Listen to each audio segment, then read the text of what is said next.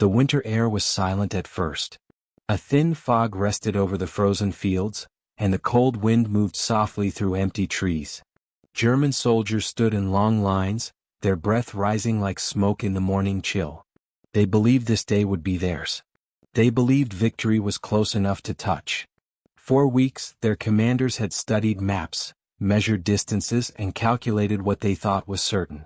They were sure the American artillery was slow, predictable, and easy to outrun. They expected a gentle answer, a tired reply, a weak response from troops who had been fighting for too long. Everything in their reports told them they were right. Everything in their training told them they had the advantage. And everything in their minds whispered the same message: push forward, the enemy cannot stop you. But war has a way of changing in an instant. It has a way of breaking plans, crushing pride, and revealing truths no one wants to face.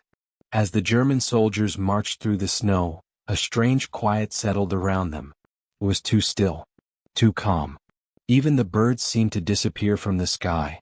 Some soldiers noticed it, others ignored it, but almost all of them felt the same uneasiness deep inside their chest, like a warning they couldn't explain. And then it happened. A sudden thunder rolled through the frozen valley. One single boom, then another, and another. The sound grew louder and faster, echoing through the sky like a giant heartbeat speeding out of control. The snow shook. The ground trembled beneath their boots, and the silence ripped apart as American guns opened fire. But this was not the slow, clumsy artillery the Germans expected. The shells came 3 times faster than anything in their plans. Before the Germans could react, the air exploded with fire and steel. Bright flashes lit up the fog. Sharp waves of sound crashed over the soldiers. The snow burst upward like fountains. Trees shattered. The earth opened in violent blasts. In a few seconds, the German march turned into chaos. Soldiers dropped to the ground, hands over their helmets. Others ran for cover. Officers shouted orders that no one could hear. The noise was overwhelming. It felt like the sky was falling. It felt like the world was ending one explosion at a time. This was the moment they realized something was terribly wrong. Their predictions were broken. Their confidence was shattered. Their certainty turned into fear. The Americans had changed the rules of the battlefield. Their artillery wasn't just stronger. It wasn't just louder. It wasn't just more accurate. It was faster, far faster, than the German army had ever imagined. In that moment, surrounded by fire and thunder, the Germans understood that the battle they thought they would win easily was becoming a fight for survival. The snowstorm of artillery continued, each shell landing closer, each explosion shaking the frozen ground. The Germans struggled to move, to think, to breathe. The sharp smell of smoke filled their lungs. The ice crackled under the heat of the blasts. And the distant mountains echoed the relentless pounding of the American guns. Perhaps in the middle of the chaos, some German soldiers asked themselves a quiet question. How did we get this so wrong? The answer was hidden far behind the lines. Inside factories, workshops, training fields, and mines that refused to fall behind. But on this battlefield, none of that mattered now. All that mattered was survival. And the day that began with confidence had now turned into a storm of fear. The snow-covered land stretched for miles, quiet and cold, long before the artillery ever fired. Europe in winter was not only a place, it was a feeling. The kind of feeling that settled deep into your bones and made every breath heavy. Forests stood lifeless, frozen in time. Rivers moved slowly under thin sheets of ice. The sky hung low, as if watching the world below with tired, gray eyes. On both sides of the front, soldiers felt this winter in different ways. Some felt trapped by it. Others found strange comfort in its silence. But one thing was certain. The cold did not care who won or who lost. It treated Germans and Americans the same. The front lines twisted through old villages, broken farms, and abandoned roads. Houses stood like empty shells, windows shattered, roofs burned, doors missing. Once families lived there. Once children played in the fields that were now covered with footprints of war. But now only the wind moved through the ruins, whistling softly through gaps in walls and broken chimneys. American troops had dug their camps deep into the frozen earth. The ground was so hard that every shovel hit felt like striking stone.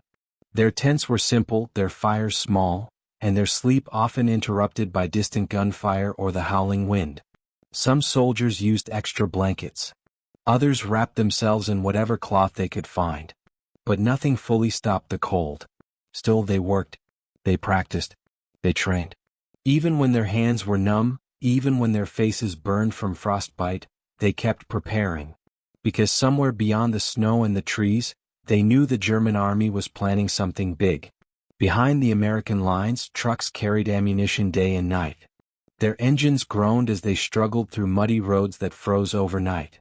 Mechanics fixed guns even when their fingers shook. Officers checked every map twice. Engineers tested radio wires that snapped in the cold. Everyone was busy, everyone focused. There was no time for doubt. Across the lines, the German soldiers faced the same winter but with a different mindset. Many believed this battle could turn the war in their favor. They believed the Americans were too tired, too slow, too dependent on old artillery systems that couldn't keep up with fast-moving attacks. German commanders walked confidently along their makeshift command posts, pointing at maps pinned to wooden boards. They discussed timing, strategy, and expected resistance. They believed their plan was tight and clever. Their scouts brought back reports saying the American artillery was quiet, almost sleepy. Their intelligence officers assured them that the Americans were not prepared for a sudden, heavy push. Inside the German camps, soldiers cleaned their weapons in silence. Some wrote letters home telling their families the same hopeful message: "We are winning. We will be back soon." Others joked around fires, sharing stories, trying to make the cold seem less harsh. A few stared into the distance, their minds heavy with thoughts they never said aloud. The contrast was sharp: confidence on one side, quiet preparation on the other. But the land between them, the frozen battlefield, didn't belong to either side. It held old scars. Craters filled with snow. Burned tanks half buried in ice. Helmets and broken rifles scattered near abandoned trenches. It was a place where history had already written too many chapters, and now it was ready for another. The forest near the front had grown strange during the war. Trees were snapped in half from earlier shelling. Branches hung like broken arms. The ground was uneven, covered in past debris. Fog drifted through the trees almost every morning, giving the woods a ghostly shape. Sometimes soldiers said they heard whispers carried by the wind. Other times, the silence was so deep it felt like they were standing inside a giant, empty room. During the nights, the stars appeared brighter than ever, shining sharply in the black sky. Soldiers from both armies looked at those stars, wondering the same thing: how long would this war last? And would they live to see peace again? Even the coldest nights could not freeze the hope inside a soldier's heart, though sometimes it came close. The Americans had one advantage the Germans did not fully understand. Behind the quiet forests, far beyond the battlefield, stood a massive network of factories, workshops, and supply lines stretching all the way back to the United States. These factories never slept. Workers hammered steel, molded shells, cleaned gun barrels, and tested mechanisms. Women and men worked side by side, sweating in the heat of machines even while soldiers froze thousands of miles away. These factories were the beating heart of American artillery. They produced more shells, more gun parts, more equipment than any other place in the world at that time. The Germans never believed such speed was possible. They never imagined that distant workers in American cities could change the course of a battlefield in Europe. But that is exactly what was happening. As the German army prepared its confident push, American gunners quietly practiced behind the lines. They practiced loading faster, aiming faster, communicating clearer. They set up new signal systems. They coordinated with forward observers hidden near the trees. They tested firing sequences, one after another, repeating them until every move felt like second nature. Sometimes the only sound in the American camp was the click of metal, the sliding of a shell, or the faint tap of a pencil on a map. It may have seemed quiet, but beneath that quiet was a storm waiting to explode. In the German camps, the atmosphere was different. Their soldiers trusted their leaders. They trusted their experience. They trusted their predictions. They were told the American artillery was slow, that their guns needed more time to load and fire, and that they could not keep up with a fast surprise attack. And so, German troops marched forward with confidence in their steps. Their officers gave speeches filled with pride. They imagined themselves pushing the Americans back, breaking their lines, winning ground before the winter grew even colder. But nature had its own plan that day. The clouds became thicker. The air felt heavier. Even the snow seemed to pause before falling. There was a strange stillness in the woods, like everything in the world was holding its breath. Then, far behind the American lines, a signal was given. A single radio message. Short, simple, clear. Gun crews moved into position. Shells were stacked beside them. Fuses were checked. Coordinates locked. The American artillery was ready. While German soldiers marched into the fog, the Americans waited with disciplined patience. They listened to their spotters describing every movement. They calculated range and direction. Their fingers rested on cold metal triggers, waiting for the moment they had rehearsed again and again. They did not rush. They did not panic. They did not fear. They simply waited. Because they knew something the Germans did not. Their guns were not slow. They were faster than anything the German army had ever experienced. When the first American shell left its barrel, the sound cut through the air like lightning tearing open the sky. Straight and sharp. A moment later the next shell fired. Then another. Then more. Soon the entire American artillery line was firing with a rhythm so fast, so steady, that it sounded like one endless explosion rolling across the battlefield. The Germans, still confident, did not understand at first. But as the shells began landing, as fire and snow mixed in the air, as the earth shook beneath their feet, they realized the truth. Their predictions were wrong. The battlefield was changing. And they were walking straight into a storm they never saw coming. The truth behind the American artillery's sudden fury did not begin on the battlefield. It began many months earlier, far from the snow, far from the cold, and far from the soldiers who would one day depend on it.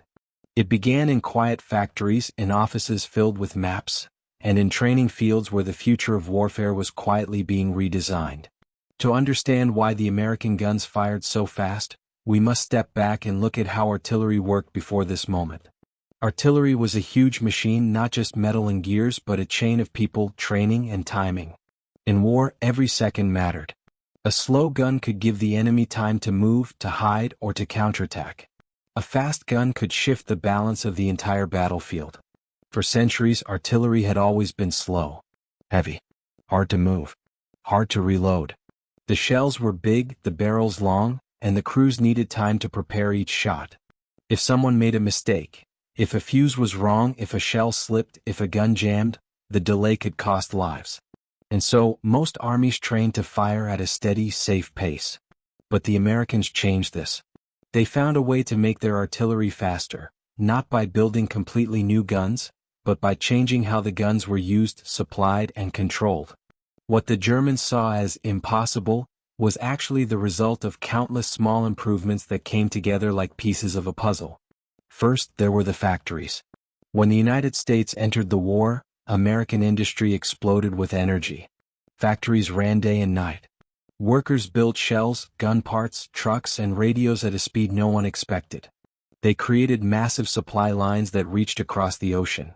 The Germans believed those supply lines would be too long, too slow, too fragile. But the Americans solved that too. They built ships faster than the enemy could sink them. They loaded them with ammunition until they were filled from top to bottom. This meant one important thing. American artillery crews always had enough shells. They could fire fast without fear of running dry. German crews often had to conserve ammunition. American crews did not. But having shells was only part of the story. The next improvement was training. American gunners practiced again and again until they became some of the fastest crews in the world. Every gun crew member knew his role like the back of his hand. One soldier lifted the shell.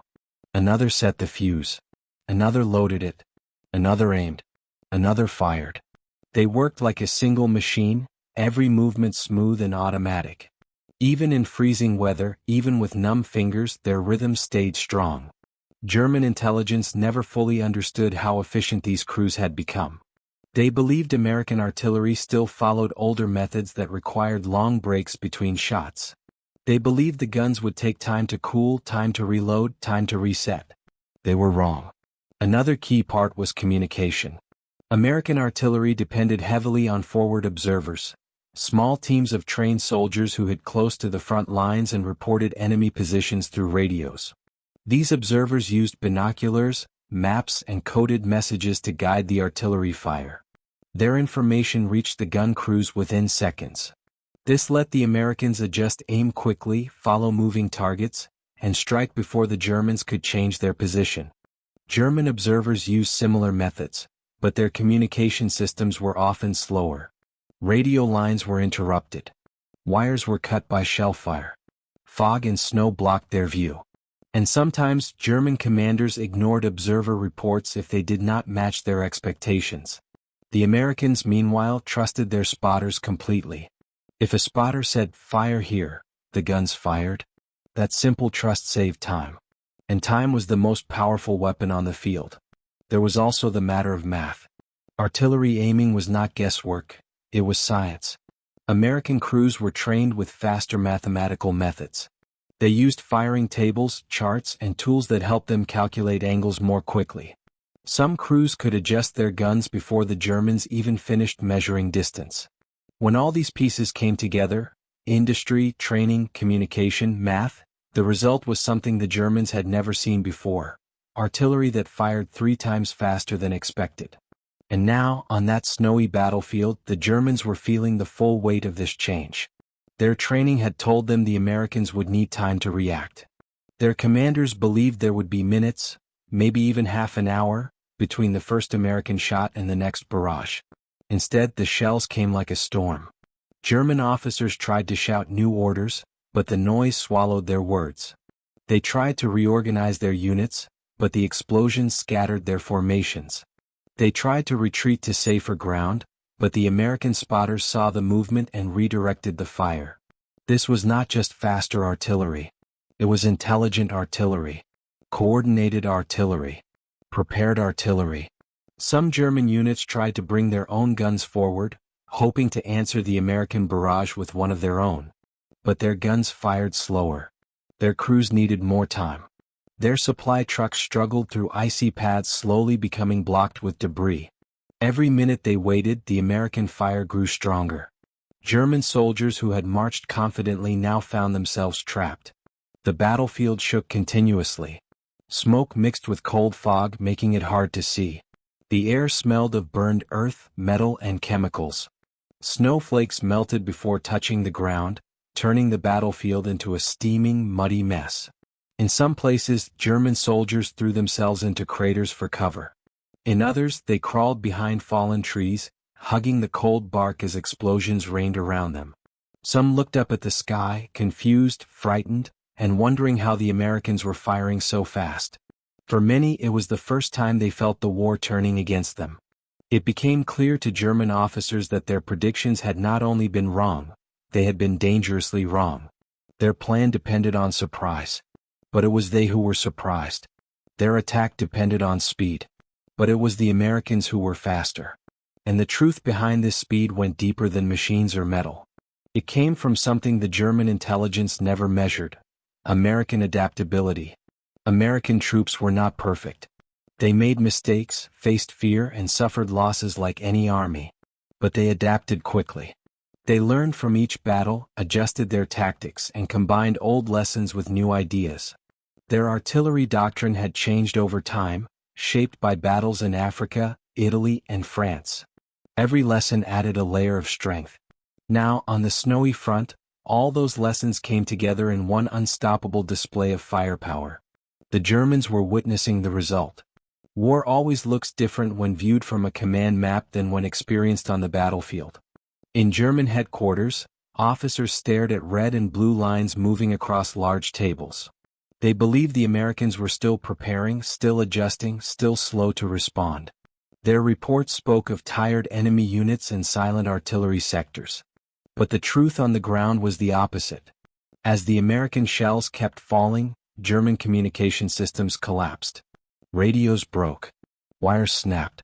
Runners sent with messages never returned. The battlefield became a maze of confusion. Officers no longer knew where their own units were. Soldiers became scattered in pockets, each one fighting their own desperate battle for survival. Meanwhile, American coordination worked almost perfectly. The artillery lines were connected by a strong network of radios, signal teams, and observers. Each observer team spoke in short, sharp codes, sending exact positions of German movements. The messages traveled quickly, cutting through the noise of war. Gun crews received them instantly, adjusted their aim, and fired again. The speed was something new. Something powerful. Something the Germans had never trained for. It wasn't just that American guns could fire 3 times faster.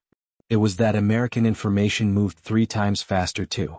The fire followed the German soldiers wherever they moved, like a shadow they could not escape. Every time the Germans tried to regroup, the shells shifted. Every time they tried to advance, the shells landed ahead of them. Every time they fell back, the shells chased them. The battlefield had turned into a moving trap with no exit. This was the changing face of modern war. Far away, high above the clouds, American pilots circled through the sky, watching the battle from above.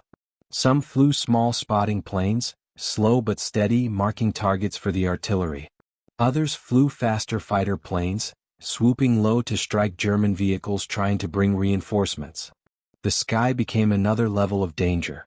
Every German truck, every tank, every supply carrier tried to move under the cover of trees or darkness, but the Americans often found them. As the hours passed, the snow mixed with smoke, turning gray and brown. The battlefield became a blur of shadows and loud echoes. In some places the ground shook so much that it cracked open. German soldiers could feel the vibrations through their boots, traveling up their legs, making their bones rattle. Some said it felt like the earth itself was angry. The danger wasn't only physical. It was also mental. The German army had entered the battlefield with full confidence. They believed they were smarter, faster, stronger. But the artillery barrage slowly chipped away at their spirit. Every explosion pushed their fear deeper. Every mistake made their confidence fall apart. War is not only fought with guns. It is fought with belief. And in this moment, the American artillery was not just destroying positions. It was destroying certainty. German soldiers began to question everything they had been told. Why did their commanders misjudge the enemy so badly? How could the Americans fire so fast? Why did their own guns fall silent while the enemy kept shooting? These questions spread through their ranks like cracks in glass. Once the cracks formed, they widened quickly. Some German units still fought back bravely. Their officers shouted for order. Their gun crews tried to answer fire with fire. But each attempt was swallowed by the storm of American shells. Their guns overheated. Their ammunition ran low.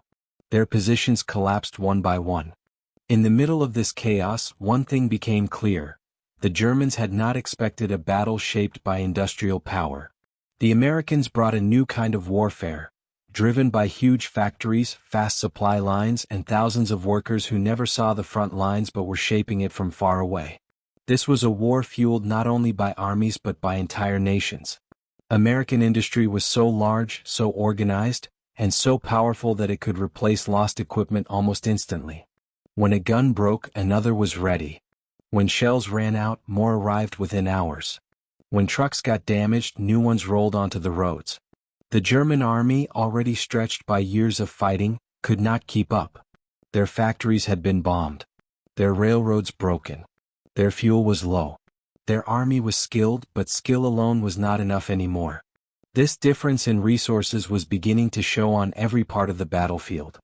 As the American artillery continued its relentless firing, German commanders realized their original plan was gone.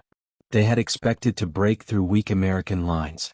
Instead, they were being pushed back by a force faster and more powerful than they imagined. Once the German columns broke their tight formations, everything fell apart. Tanks that were meant to lead the attack had to turn around. Infantry units that were supposed to advance were forced to hide. Communications that were supposed to guide the army were lost in smoke and confusion. The American artillery seemed endless. Every time the firing stopped, it returned minutes later with the same terrifying speed. Some German soldiers said it felt like fighting against a machine that never tired, never slowed, and never missed. Deep in the American lines, the gun crews worked non-stop. Their faces were blackened by smoke. Their ears rang from the constant thunder. Their hands were bruised from lifting heavy shells. But they kept going. They barely spoke to each other. They didn't need to. Every man knew exactly what to do next. The sight was incredible, rows of guns firing so fast that it looked like the barrels were glowing. Spent shells piled up like golden mountains at their feet. The air was thick with dust and the sharp smell of burning powder. But the crews did not pause. They did not hesitate. They pushed through the cold, the noise, and the exhaustion. Because they understood something important. This was the moment that mattered. If they slowed down, the Germans might regroup. If they misfired, the enemy might escape. If they stopped, the battle could shift again. But they did not stop. And so, hour after hour, the American artillery kept breaking the German attack. It crushed their formations, blocked their supply routes, shattered their morale, and turned their confidence into panic. By the end of the day, the battlefield looked completely different from what the German commanders had imagined on their maps. Their predicted victory had turned into a harsh defeat. Their strong attack had been destroyed by a faster, smarter, more prepared enemy. And the truth was clear. This was no lucky moment. It was no accident. It was the result of planning, training, and an industrial power that changed the rules of war. The Germans had walked into the battle certain of victory. But the Americans had prepared for a storm. And when the time came, they unleashed it.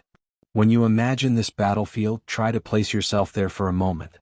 Not as a general, not as a historian, but as a single soldier standing on the frozen ground. The wind is cold against your face. The sky is gray. Your hands shake not just from fear but from the freezing air biting into your skin. Around you, the snow is falling lightly, covering everything in a thin white sheet. If you didn't know better, you might even think this place was peaceful. But then the sound begins. A distant boom. A second. A third. Each one louder than the last. The ground trembles beneath your boots. The air cracks open with sharp blasts that echo through your chest. You see flashes in the distance, bright and sudden like lightning from a storm without clouds. Now ask yourself honestly, what would you do? Would you run forward into the fire, trusting your training and hoping your luck holds? Would you dive into the nearest crater, pressing your face into the cold dirt as explosions shake the earth around you? Or would you freeze, feeling your mind go blank as your heart pounds and your breath becomes short? War often forces choices no one wants to make. Now imagine you are on the other side. You are an American artillery crew member. Your hands are numb. Your ears ring constantly. Your clothes are thick with mud and smoke. You can barely hear your own thoughts. But the shells keep coming and you have to load each one fast. You have to aim quickly. You have to trust the spotters calling out targets through radios filled with static. There is no room for fear. No room for hesitation. Every second counts. Would you be able to keep going? Would you push through the exhaustion and the cold, knowing that if you slow down, your friends on the front line might suffer? These are the questions that make this moment more than just history. It becomes human. It becomes real. Because behind every explosion, there were people with families waiting at home. People with dreams, stories, and fears just like yours. Some believed in victory. Some only hoped to survive. Some never made it past that frozen battlefield. And as you watch their story unfold, remember this. History is not just a collection of dates and battles. It is a collection of choices made by ordinary people in extraordinary moments. What choices would you have made? Think about that. Because the men who stood on that battlefield had to find their answer in the middle of a storm. Long before the thunder of artillery filled the sky, the soldiers on both sides were simply human beings trying to survive another day. Behind every helmet was a mind full of memories, of warm kitchens back home, of friends they once laughed with, of dreams they hoped to chase after the war. But on this frozen front, those memories felt far away, almost like stories from another life. For the German soldiers who marched confidently that morning, many carried photographs tucked inside their jackets. Some photos showed children smiling in summer fields. Others showed wives standing in front of small homes. Some soldiers wore rings they touched when they felt nervous, small reminders that someone in the world still waited for them. They did not know the storm that approached them. They believed they were stepping into a battle they could win. They trusted their commanders. They trusted their training. But still, a few felt something strange in the air that day, like the cold wind was warning them. One young German soldier named Lucas walked in the middle of the column. His boots were soaked from melted snow, and every step felt heavier than the last. He was only 19. Back home he worked in a bakery. He loved smelling fresh bread in the mornings. He missed that smell more than anything. As he marched, he tried to remember the warmth of the bakery ovens. But every time he closed his eyes, the cold snapped him back to reality. He lifted his scarf higher across his face and wondered silently if this war would ever end. Meanwhile, across the battlefield, American soldiers prepared for a very different fight. Some had been digging positions all night. Their gloves were stiff with frost. Their breath formed clouds in the air. But they kept working because they knew the Germans were coming. One American gunner named Anthony wiped the snow off a large artillery shell. He was in his mid-20s, broad-shouldered, with tired eyes that had seen too much for someone his age. He was from a small town in Ohio. Before the war he fixed cars with his father. He remembered the sound of wrenches hitting the toolbox, the smell of gasoline, the warmth of summer afternoons. But here on this battlefield, nothing smelled like home. Everything smelled like metal, smoke, and cold soil. Anthony looked at the shell in his hands. It felt heavy, even heavier than usual. Not because of its weight, but because of what it meant. Each shell carried a decision. Each shot could save someone on his side, or end someone on the other side. He whispered softly to himself, "Just keep going. Just do your job." That was how many soldiers survived, not by thinking about the whole war but by focusing on one small task at a time. As dawn settled over the snow, the American artillery crews grew silent. They listened to radio updates. They tightened their gloves. They checked their guns. No one knew exactly when the Germans would appear, but they knew they were close. Anthony glanced at the man beside him, his friend Charles. Charles was thinner, quieter, but always steady. He gave Anthony a small nod. No words, just understanding. Nearby, a radio operator leaned closer to his set, trying to catch a signal through the static. For a moment, everything was still, the kind of stillness that only happens right before something terrible and powerful begins. And then the message came. A short burst of sound. A few words. A set of coordinates. The American officers reacted instantly. Prepare to fire. Those 3 words changed everything. The artillery crews moved in practiced rhythm. Anthony slid the shell into the chamber. Charles checked the fuse. Another man adjusted the angle. Their breaths came out fast now, not from fear but from adrenaline. And then, the first explosion tore through the sky. Anthony felt the shockwave travel through his chest. He covered his ears for a moment, then returned to work. The second shell fired. The third. Soon the entire line of guns was roaring with life. Back on the German side, Lucas felt the first explosion before he heard it. The ground beneath him shook so suddenly that he stumbled forward. The sound arrived a moment later, deep, powerful, echoing across the valley like a giant hammer hitting the earth. German officers shouted, "Down! Down!" but the soldiers were too shocked to react. The next round of shells landed closer. Lucas dropped to the ground instinctively. Snow burst into the air around him. Dirt hit his helmet. His heart raced so fast he couldn't catch his breath. All around him, men were diving, crawling, shouting. He pressed his face into the snow and whispered a single word to himself, "Please?" No one heard him. No one could. The explosions were too loud. Anthony, miles away, did not see the effects of his firing. But he felt the pressure in his shoulders, his arms, his legs. Each shell he loaded brought more pain, but he ignored it.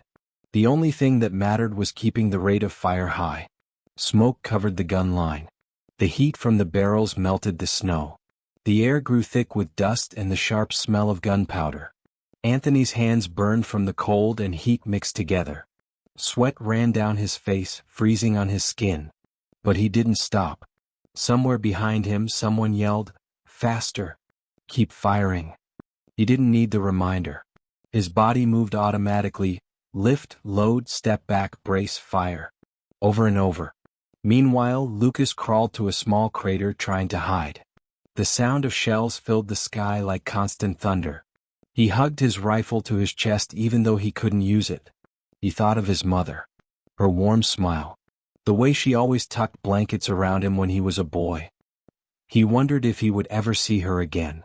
For a moment, he closed his eyes and wished the storm would stop. But it didn't. It grew stronger. The American fire was relentless. The German lines began to break. Soldiers tried to regroup, but the explosions scattered them.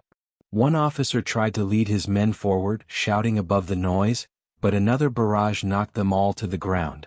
This was not a battle anymore. It was survival. And in that moment, both Lucas and Anthony experienced something they would never forget.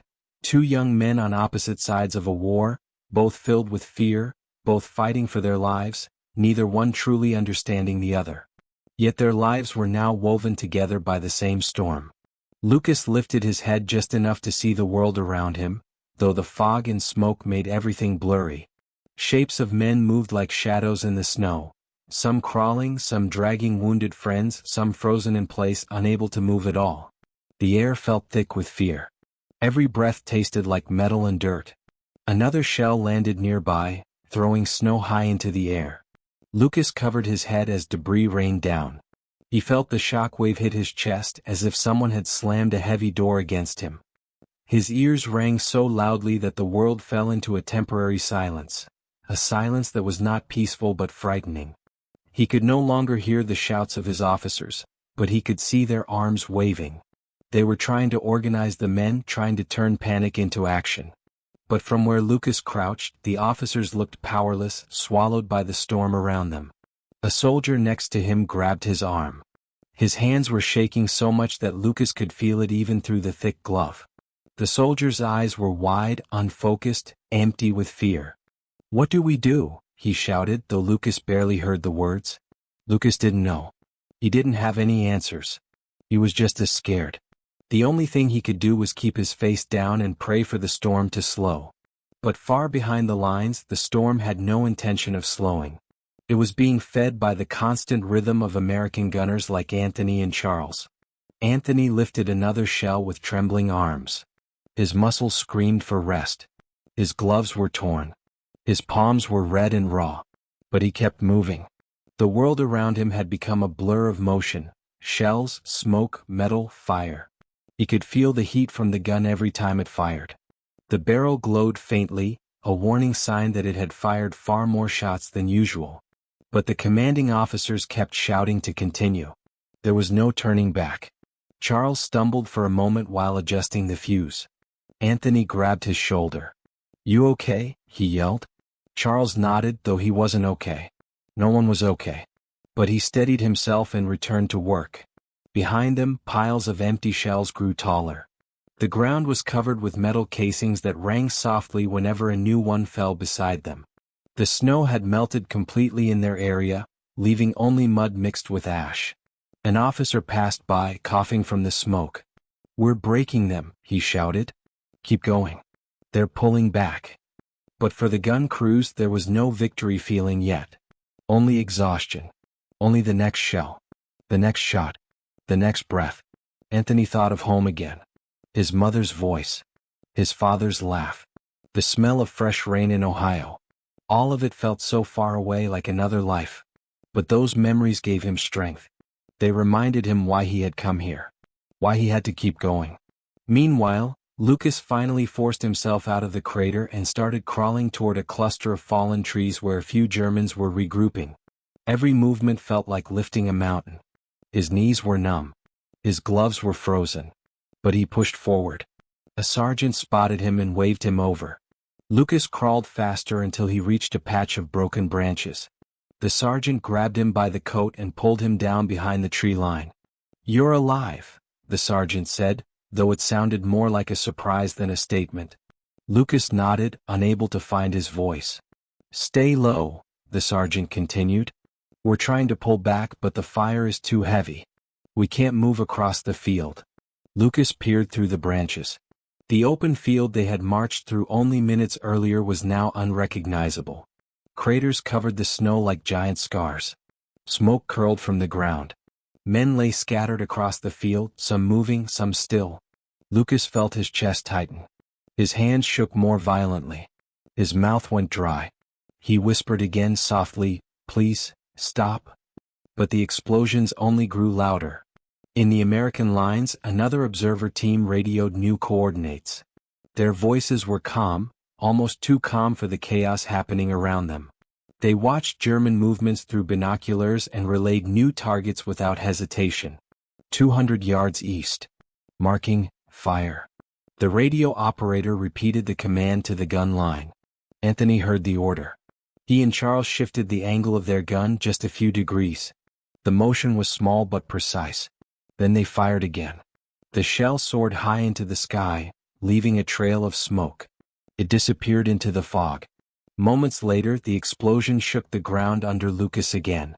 He knew the Americans could not see him, but it felt personal, like the shells were chasing him. The sergeant beside him cursed under his breath. "They're reading our movements," he said. "How are they firing so fast?" No one answered. Everyone was too busy trying to survive. Lucas looked around at the other soldiers hiding among the trees. They looked just like him, young, scared, confused. Some clutched their rifles tightly. Others kept touching their pockets where they kept photos of family. One soldier sat with his hands over his ears, rocking slowly back and forth. Another prayed quietly, whispering words Lucas couldn't understand. Lucas realized something then, something he had not understood earlier.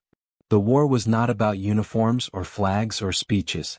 It was about people, ordinary people caught in something much larger than themselves. On the other side of the battlefield, Anthony felt the same thing. He looked at the glowing gun barrel, the smoke-covered faces of his friends, and the endless pile of spent shells. He thought about the German soldiers he couldn't see. He wondered if they were just as scared as he was. He knew they were enemies, but he also knew they were human.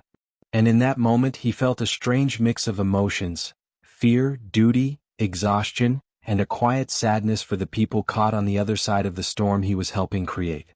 But he didn't stop. He couldn't stop.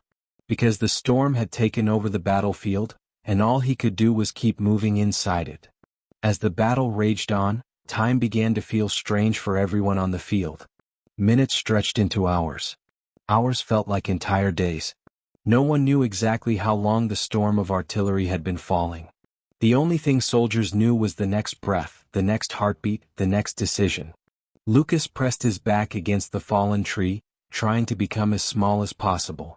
Every explosion shook the branches above him. Snow and dirt kept falling onto his helmet. His ears buzzed with a high ringing sound, like a whistle trapped deep inside his head. He blinked hard, trying to clear the fog from his vision. The sergeant beside him leaned forward, scanning the field. "If we stay here we die," he said. "If we move we might die faster." It was not meant as a joke, but a few soldiers gave a weak, nervous laugh. In moments like these, even fear needed somewhere to escape. The sergeant pointed toward a small ridge in the distance. Behind it the snow looked untouched. The air looked calm. It was the closest thing to safety they could see. "We run on my signal," he said. Lucas swallowed hard. His body felt frozen, not from the cold but from the terror squeezing his chest. The sergeant raised his hand. But before he could give the signal, another wave of shells landed nearby, shaking the entire forest. The trees bent as if pushed by an invisible hand. Branches cracked and fell. Snow blasted upward in violent clouds. Lucas ducked, covering his head. A tree trunk split open beside him, spraying with chips across his coat. He felt a sharp sting on his cheek but ignored it. When the explosions paused for a brief moment, the sergeant didn't wait. He shouted, "Run!" Lucas pushed himself up, legs trembling. He sprinted through the snow, boots slipping on ice. Soldiers scattered in different directions. Some ran fast. Some stumbled. Some didn't move at all. The field became a desperate dash for life. As Lucas ran, he heard another shell scream through the air. The sound grew louder, rising, until it crashed behind him with a force that lifted him off his feet. He hit the ground hard, snow exploding all around him. For a moment he couldn't breathe. His vision went black at the edges. He forced himself up again. His lungs burned. His legs felt weak. But he kept moving toward the ridge, step by step, driven by pure instinct, the instinct to survive. Far behind him, the storm continued. In the American lines, Anthony and his crew had no idea who was running on the other side. They didn't know about Lucas or the sergeant or the men hiding in the trees. All they knew was that the German forces were breaking, and their job was not finished yet. Charles wiped sweat from his forehead, even though the air was freezing. His hands shook with exhaustion. He leaned against the gun for support. "We've been firing for hours," he said quietly. Anthony nodded. His throat was dry. His arms felt like they were made of stone. Yet when the next shell was rolled toward him, he reached down and lifted it without thinking. "You think they'll stop soon?" Charles asked. Anthony didn't answer right away. He stared at the shell in his hands. It felt heavier now, almost like the weight of the whole war was resting inside it. "I don't know," he finally said. "But we don't stop until they tell us." A young soldier ran past them, breathless. "Command says the Germans are collapsing," he shouted. "Just a little more." The message gave them energy, not joy, not excitement, but a feeling of purpose. It meant their suffering wasn't useless. It meant they were making a difference. Anthony set the shell in place. Charles adjusted the fuse. The gun roared again. Each shot echoed across the frozen land. As the firing continued, American stretcher teams moved toward the wounded, carrying blankets and first aid kits. Some soldiers sat with their backs to the trenches, shaking from the cold and the stress. Others stared blankly at the sky, their minds numb. War tired the body, but it also tired the soul. Back near the ridge, Lucas finally reached a small ditch and rolled into it. His chest rose and fell rapidly. His breath came out in painful gasps. His hands shook uncontrollably. He wasn't sure how long he stayed there. Seconds? Minutes? It didn't matter. He only knew he was alive, and that felt like a miracle. A soldier crawled next to him, panting, covered in mud. "Are you hurt?" he asked Lucas. Lucas shook his head slowly. "Good," the soldier whispered. "Then keep your head down. It's not over." Those words echoed in Lucas's mind. Not over. Not yet. He pressed his forehead against the cold snow, closing his eyes. In that moment he realized something important. The fear he felt was not a weakness. It was proof that he still wanted to live. And far across the battlefield, Anthony felt something similar. His muscles hurt. His ears rang. His mind felt stretched thin. But every time he looked at his friends, he felt the same truth. They were fighting to protect each other. Not for glory. Not for pride. Just for each other. That was what kept him moving. Finally, after what felt like an eternity, the command came down the line. "Cease fire." The words spread slowly, almost quietly, as if no one truly believed them at first. Anthony staggered backward, dropping onto a crate of empty shells. His chest rose and fell heavily. His ears buzzed. His hands shook. But he felt a strange sense of relief wash over him. The storm had stopped. On the German side, the silence arrived like a ghost. After hours of deafening noise, the stillness felt unreal. Lucas lifted his head slowly, listening. There were no explosions now. Only the soft whisper of the wind moving through the trees. He didn't know if the battle was truly over, or if another storm would begin. He didn't know if the ridge would protect him. He didn't know if his unit had survived. He only knew one thing. He had lived through the worst day of his life. And so had Anthony. Two young men, two different sides, two different futures, connected for a brief moment by a storm of fire neither of them asked for. But both would remember it for the rest of their lives. When the guns finally fell silent, the battlefield seemed to breathe again. The smoke drifted slowly over the snow. The trees stood still. The wind carried a quiet whisper across the frozen land, as if nature itself was trying to wash away the sound of what had happened. For a moment, both sides felt the same strange emotion, relief mixed with disbelief. After so much noise, after so much fear, the silence felt almost unreal. It was like waking from a nightmare and not knowing whether you were truly awake. But inside that silence, something else began to take shape. Thought. Reflection. A deeper understanding of what war really meant. In that quiet space, far from commanders and strategies, far from maps and plans, the soldiers began to ask the questions that history often forgets. Why were they here? Why were they fighting? What did victory mean if it came with so much pain? And what did defeat mean if it took so many lives? These were not questions for generals. They were questions for human beings, ordinary young men who had been thrown into something far beyond their control. Lucas lay in the snow, staring at the sky.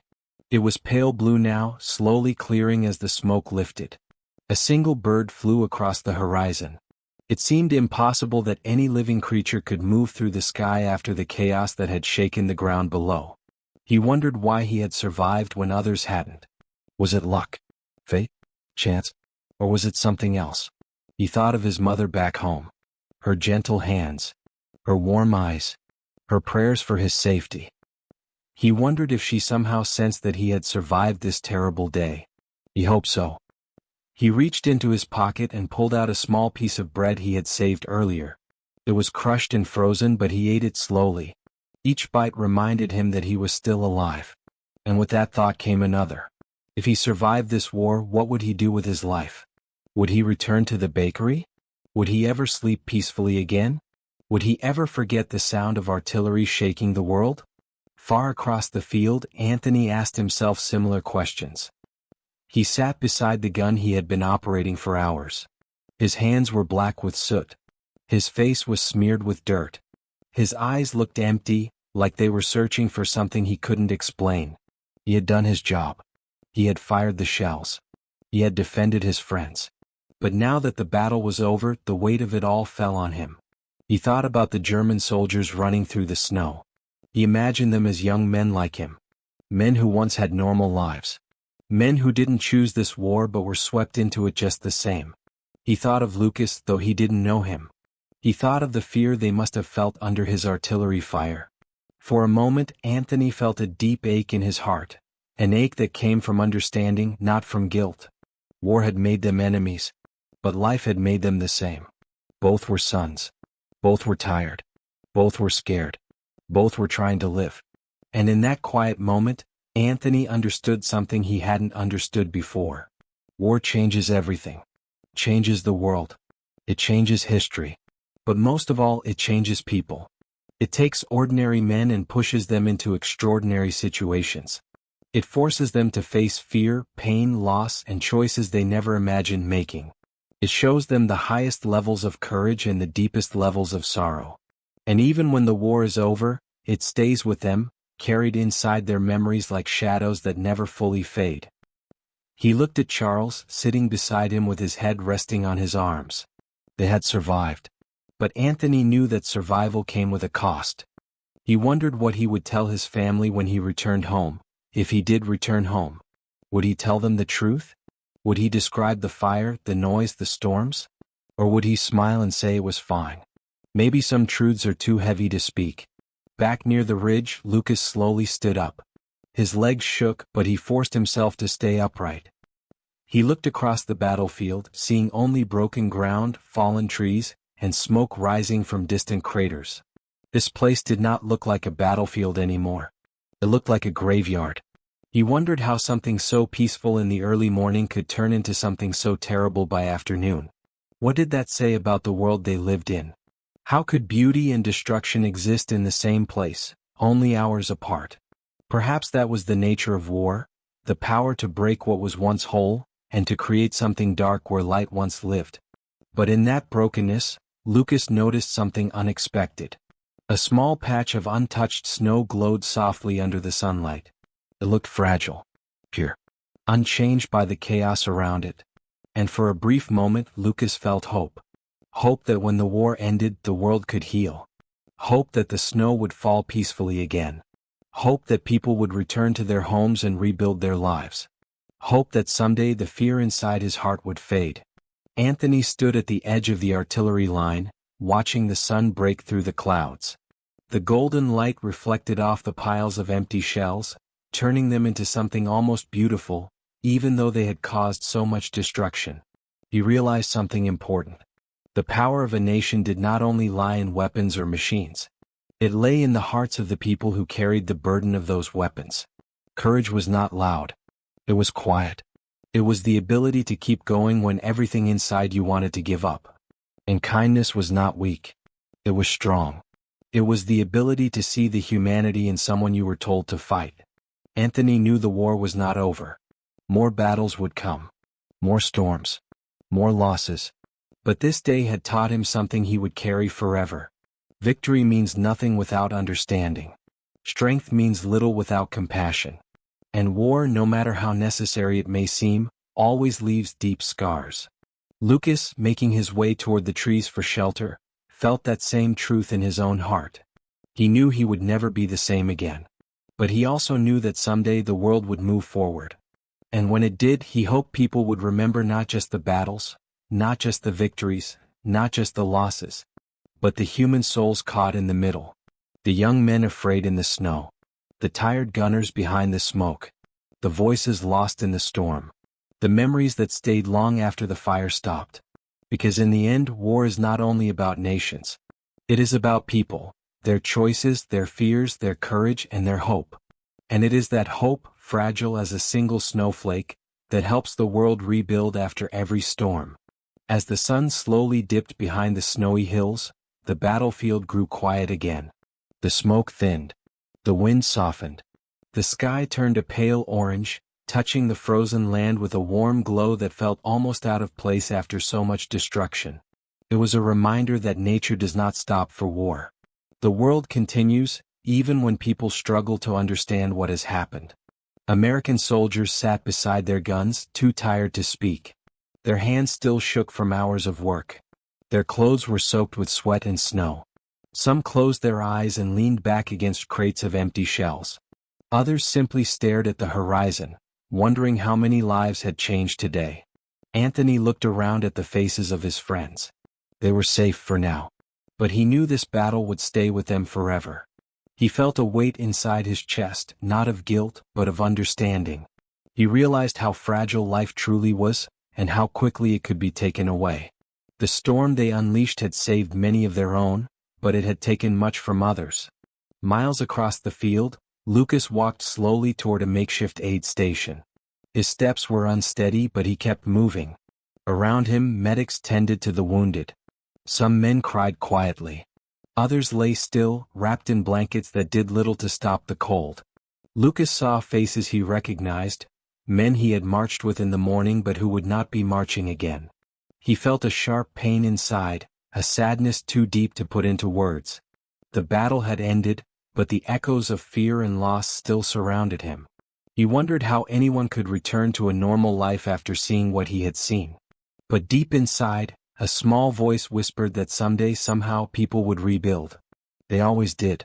As night settled over the land, the stars returned, bright, distant, peaceful.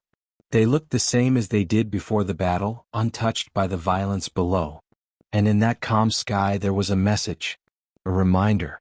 A promise. The world is bigger than war. Bigger than fear. Bigger than the storms that humans create. What happened on this battlefield would be remembered in history books. Generals would study the strategies. Students would read about the rapid fire of American artillery and the collapse of German plants. But the true story, the human story, lived in the hearts of those who survived. In Lucas, who carried the weight of everything he had lost. In Anthony, who carried the memories of everything he had done. In every soldier on both sides who walked away changed.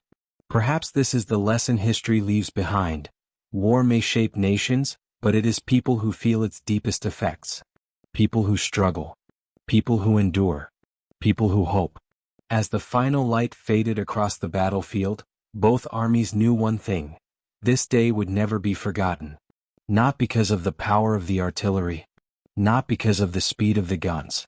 But because of the lives caught between them, fighting not just for victory but for a chance to survive the storm. And in that quiet closing moment, the world turned slowly toward another day. A day where the snow might fall gently again, a day where guns might stay silent, a day where the lessons of this battle could become a step toward peace. The storm had ended. But its memory would echo forever.